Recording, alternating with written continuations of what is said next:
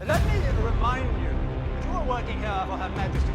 ইন্ডিয়ানরা নিজেদের ইন্ডাস্ট্রিতে এফোর্ট দিলে আমরা এখানের মার্কেট র মেটেরিয়ালস পাওয়ার সুবিধা সব হারাবো so we have to take some important decisions about it first of all নেটিভদেরকে প্রেশারে রাখতে গেলে এদের কোনো লাইসেন্স দেওয়া যাবে না। It's a good idea and তার সঙ্গে ইন্ডিয়ানদেরকে ইন্ডাস্ট্রিয়াল লোনটাও যদি না দেওয়া হয় তাহলে কেমন হয়? উইদাউট এনি ক্যাপিটাল ওরা কী করে শিল্প করে আমরাও দেখতে চাই। And most importantly Indian cotton গুডসের এক্সপোর্টের উপর ট্যাক্স চাপাও যাতে ইংল্যান্ডে এত দামি জিনিস কেউ না কেনে। After all they are Indians and they need best treatment from us. হ্যাঁ, অনেক বড় সড় ষড়যন্ত্র চলছিল ভারতীয়দের শিল্পোদ্যোগকে দমাবার জন্য। কিন্তু ভারতীয়দের উদ্যোগকে কি দমানো সম্ভব হয়েছিল, নাকি উল্টে ভারতীয়রা শিল্পের বিকাশের ক্ষেত্রে ব্রিটিশদের পিছনে ফেলে দিতে সফল হয়েছিল? এসব খুঁটিনাটি প্রশ্নের উত্তর জানতে হলে তোমাদেরকে আজকের ক্লাসটা অবশ্যই ফলো করতে হবে।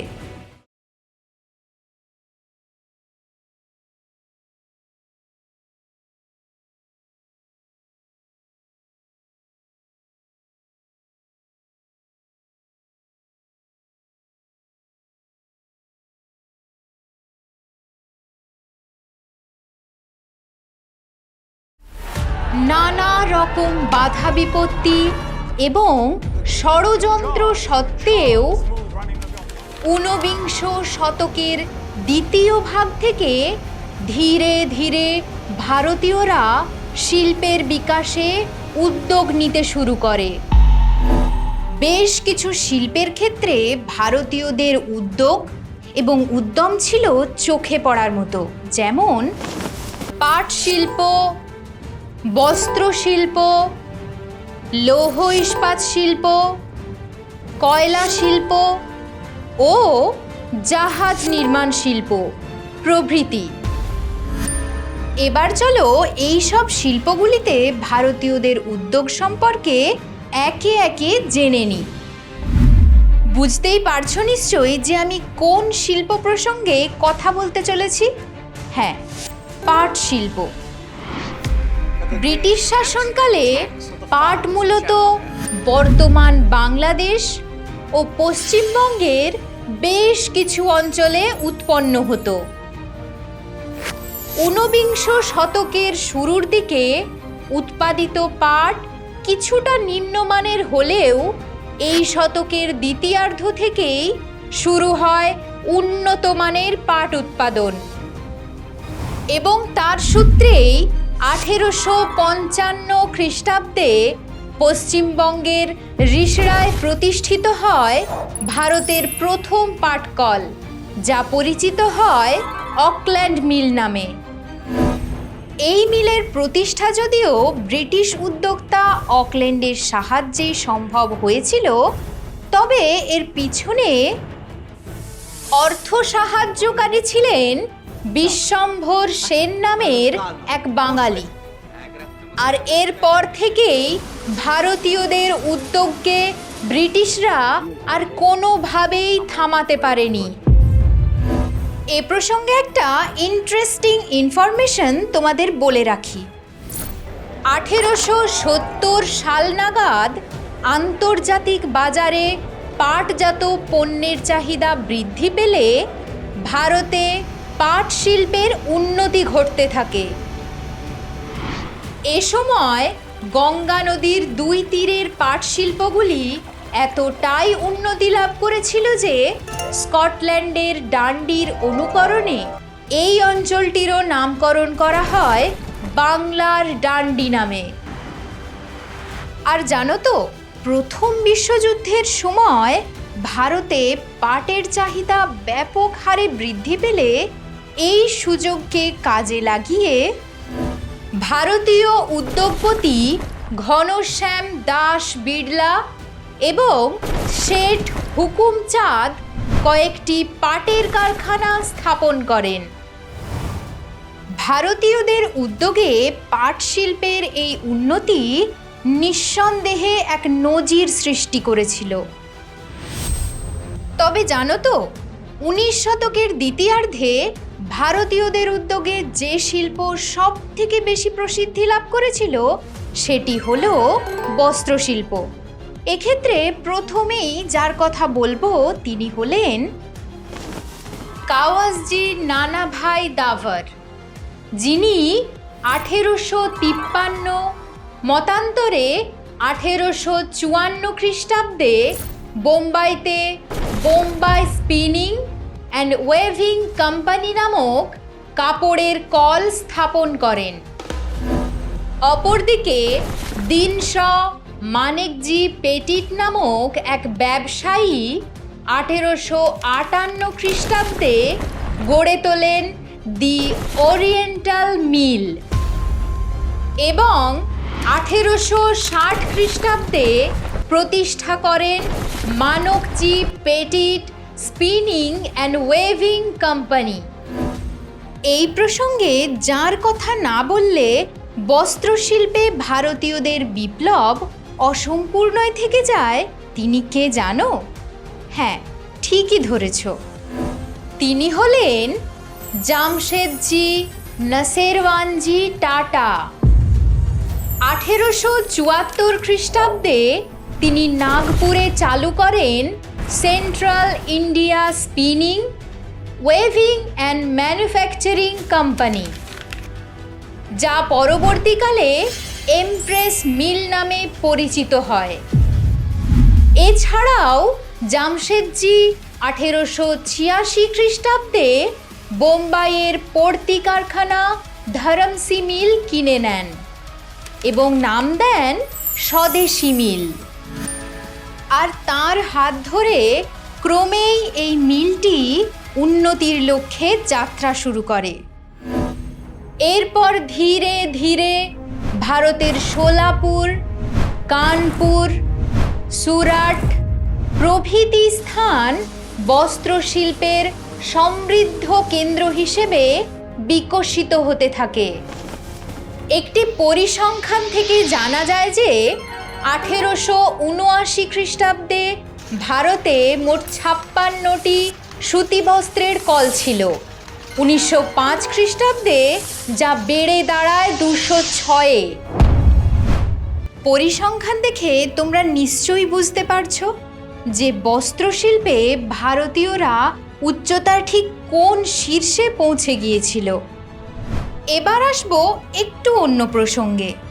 জানো তো, প্রথম দিকে ভারতে ভারী শিল্প প্রতিষ্ঠার ব্যাপারে ইংরেজরা খুব একটা আগ্রহী ছিল না, বরং এক্ষেত্রে ভারতীয় পুঁজিপতিরাই এগিয়ে এসে মূলধন বিনিয়োগ করেন। 1867 খ্রিস্টাব্দে কিশোরীলাল মুখোপাধ্যায় হাওড়ার শিবপুরে প্রতিষ্ঠা করেন একটি লৌহ কারখানা। অন্যদিকে 1890 খ্রিস্টাব্দে ইংরেজ ইঞ্জিনিয়ার থমাস অ্যাকুইন মার্টিন ও বাঙালি ইঞ্জিনিয়ার রাজেন্দ্রনাথ মুখোপাধ্যায় মিলিতভাবে প্রতিষ্ঠা করেন মার্টিন অ্যান্ড কোম্পানি। লৌহ ইস্পাত শিল্প প্রসঙ্গে এবার তোমাদের বলবো আরও একটা ইন্টারেস্টিং ফ্যাক্ট। জানা যায় যে বাংলার প্রখ্যাত ভূতত্ত্ববিদ প্রমথনাথ বসু একবার জামশেদজি টাটাকে চিঠি লিখে জানান, As you are interested in the development of the iron industry of this country, I have to bring to your notice an exceedingly rich and extensive deposit of iron ore which I have just explored in this state. বিপরীতে চিঠিটি পেয়ে জামশেদজিও বিষয়টিতে বেশ আগ্রহ প্রকাশ করলেন।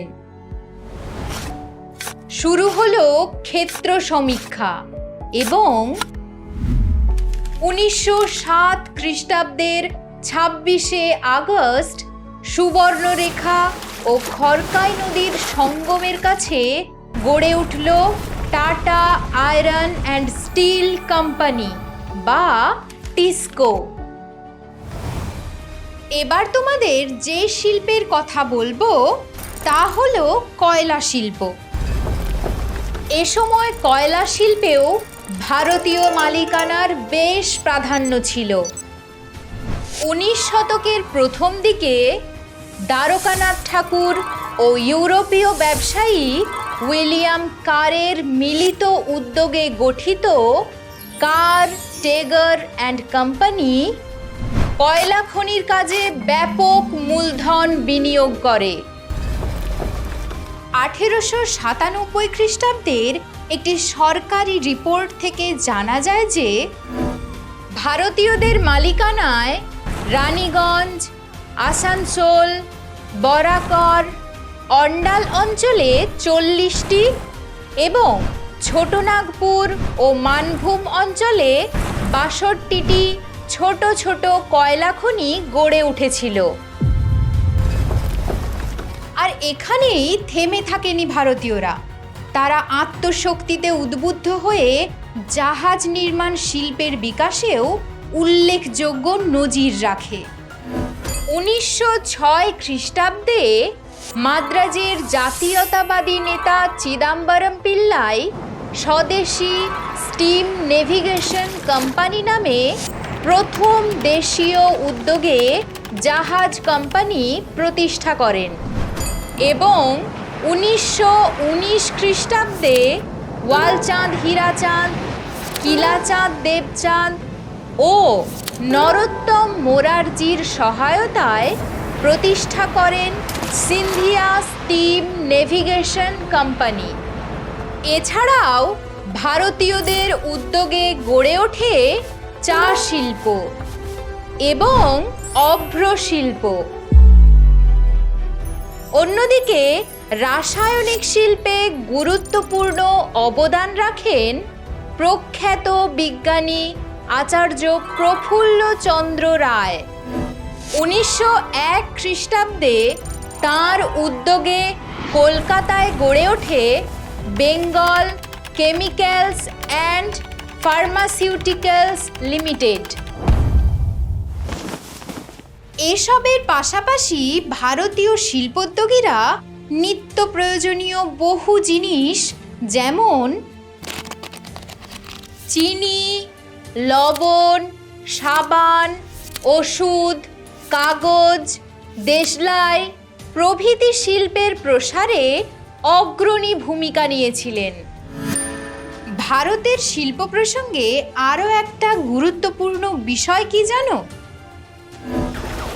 প্রথম বিশ্বযুদ্ধের সময় আমেরিকা ও জাপানের মতো দেশ ভারতের বাজার দখল করতে চাইলে ব্রিটিশ সরকার ভারতীয় শিল্পপতিদের কিছু সুযোগ সুবিধা দিতে বাধ্য হয়, যার দরুন 1916 খ্রিস্টাব্দে স্যার টমাস হল্যান্ডের নেতৃত্বে গঠিত হয় শিল্প কমিশন।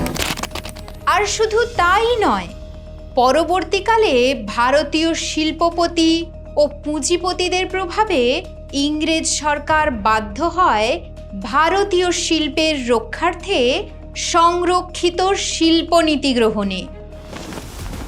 ভারতীয়দের উদ্যোগে গড়ে ওঠা শিল্পগুলি সম্পর্কে তো জানলে, এবার জেনে নেওয়ার পালা এই শিল্পায়ন ভারতীয় সমাজের উপর কীরূপ প্রভাব ফেলেছিল সেই বিষয়ে।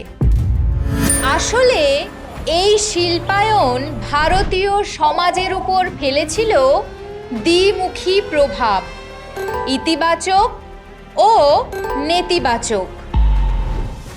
ইতিবাচক প্রভাবের ক্ষেত্রে প্রথমেই বলবো নতুন নগর সৃষ্টির কথা। এ সময় ভারতের বিভিন্ন স্থানে গড়ে ওঠে নতুন নতুন শিল্প কারখানা, আর সেই শিল্প কারখানাগুলিকে কেন্দ্র করে ঘটতে থাকে বহু মানুষের সমাগম। যার ফলে সৃষ্টি হয় নতুন নতুন নগরের, যার প্রকৃষ্ট উদাহরণ হলো ইস্পাত নগরী জামশেদপুর। আর শুধু তাই নয়, ভারতীয় শিল্পের বিকাশের ফলে অর্থনৈতিক ক্ষেত্রেও ঘটেছিল এক যুগান্তকারী পরিবর্তন। আসলে ভারতের অর্থনীতি শুধু কৃষির মধ্যেই আর সীমাবদ্ধ থাকলো না, তাতে শিল্প প্রবেশ করে অর্থনীতিকে আরও চাঙ্গা করে তুলল। অর্থনীতিতে নব প্রাণের সঞ্চার হলো। শিল্পায়নের প্রভাবে ভারতীয় সমাজের শ্রেণীবিন্যাসও পুরোপুরি বদলে যায়। উদ্ভব হয় দুটি নতুন শ্রেণীর, পুঁজিপতি মালিক শ্রেণী ও দরিদ্র শ্রমিক শ্রেণী। এছাড়াও শিল্পায়ন ভারতীয়দের মধ্যে জাতীয়তাবাদের সঞ্চারেও রেখেছিল বিশেষ ভূমিকা। শিল্প প্রতিষ্ঠানগুলিতে ভিন্ন সংস্কৃতি, ভিন্ন ধর্মের মানুষের সমাগমের কারণে তাদের মধ্যে পারস্পরিক আদান প্রদান গড়ে ওঠে, যার ফলে জাতীয়তাবাদের আবির্ভাব হয়। তবে শুধুই কি ইতিবাচক দিক? না, রয়েছে কিছু নেতিবাচক দিকও। শিল্পায়ন ভারতীয় কৃষকদের জীবনকে দুর্বিষহ করে তুলেছিল। এক কথায় তাদের জীবন বিপন্ন হয়ে পড়েছিল। শিল্পায়নের সঙ্গে তাল মেলাতে গিয়ে প্রয়োজনীয় কাঁচামালের চাহিদা প্রতিনিয়ত বৃদ্ধি পেতে থাকে, যা যোগান দেওয়ার জন্য কৃষকরা বাধ্য হয় প্রয়োজনীয় দ্রব্যের পরিবর্তে শিল্পে প্রয়োজনীয় উপাদানগুলি সরবরাহ করতে। আর শুধু তাই নয়, শিল্পায়নের ফলে এ সময় গড়ে ওঠে নতুন নতুন শহর। গ্রামের কৃষিজীবী মানুষেরা লাভের আশায় এই শিল্প শহরগুলিতে এসে বাস করতে থাকে। ফলে গ্রামগুলির আর্থসামাজিক কাঠামো সম্পূর্ণ ভেঙে পড়ে। চলে এসেছি আলোচনার একদম শেষে।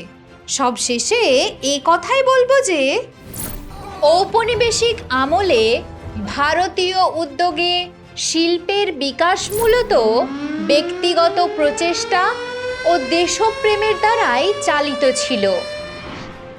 ব্রিটিশ নীতি এই প্রচেষ্টাকে বিভিন্নভাবে বাধা দানের চেষ্টা করেছিল ঠিকই, তবে তা খুব একটা ফলপ্রসূ হয়নি। বরং ভারতীয় উদ্যোগপতিদের আত্মনির্ভরতার চেতনায় জাতীয়তাবাদের সঙ্গে যুক্ত হয়ে স্বদেশী শিল্প আন্দোলনের মূল প্রেরণাদাতা হয়ে ওঠে।